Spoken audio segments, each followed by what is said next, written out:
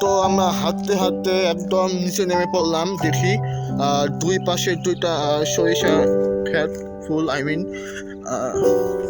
এবং আমাদের সান উঠে পড়েছে। আর যাই এখন, হ্যাঁ সামনে যাই, ওকে কি হয়। ভালো, ফুলপুর উপজেলা ভালো আছে।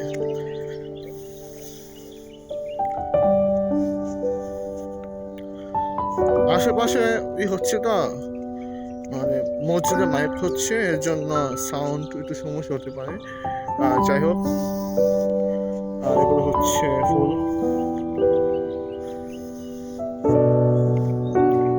এগুলো হচ্ছে ফুল। ওকে, তো আমরা আরো সামনে যাবো, দেখি কি দেখা যায়। ওকে,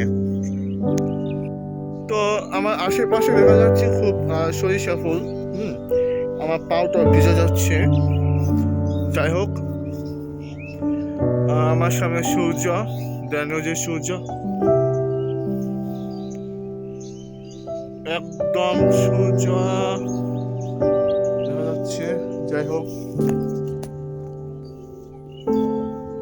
একদম পাহাড়ি গাছের মতো।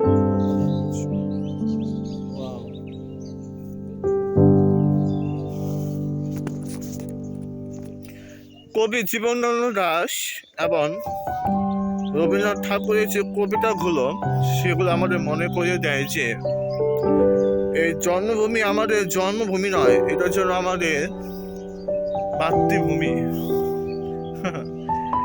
এই দেশ ছেড়ে কোথাও যাব না, এই দেশ ছেড়ে যাবে না কেউ। তো আমার হ্যাঁ